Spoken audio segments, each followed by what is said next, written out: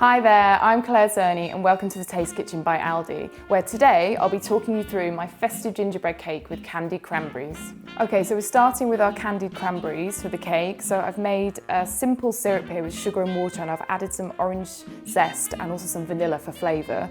And we've had this sort of dissolving over a gentle heat now for a little while. So we can add our cranberries straight into the syrup and then basically give them a good stir. And once they're all coated in the syrup, we can add those to our tray and then they'll drain. And we're going to leave them on the tray to drain for probably about an hour, basically until they become tacky and you can then roll them in the sugar. So my cranberries have been drying for about an hour and they're nice and sticky now. So I'm just adding them to the sugar that I've got in this bowl. So I'll just give this a good mix so they're all covered. So all the sugar's sucked to the syrup now and the cranberries, and they look really Christmas and festive. They'll make the perfect topping for the cake. So the cranberries set aside, we're going to start making the sponge, and I've got my flour in here already, so I'm just going to add my other dry ingredients. So that's the ginger, cinnamon and the bicarbonate of soda. And this is the golden syrup, butter and sugar, and they've been melting for a little while. So you can see they're all sort of dissolved together, and this is really what will give the cake its richness. And then we'll be adding the eggs and the milk at the end. So I've mixed all my ingredients together now, and as you've seen, it's a really easy mix to do. No folding flour, just everything beaten together. So I'm just going to pour it into my tins. All the mix is in the tins now. They need about an hour to cook at about 160 degrees, but just give them a check at about 50 minutes.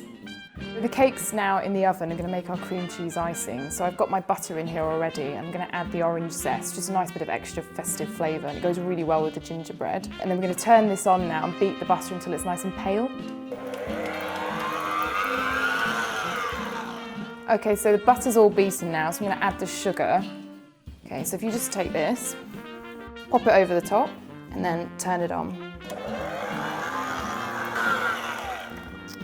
Okay, so cream cheese icing's all done, and while we've beaten the butter and the icing sugar in really well till they're nice and pale, when the cream cheese goes in now, and this is full fat cream cheese by the way, so that it's the extra fat basically means it's less likely to split, and that's also why we don't want to mix it too much. So you put it in at the end, and then just give it a little bit of a mix until it's just beaten in.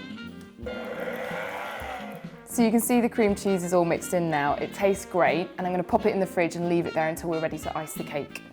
With the other parts of the cake ready to go, I'm going to decorate my gingerbread trees. I've pre-made these, and you can find the recipe for that online at aldi.co.uk.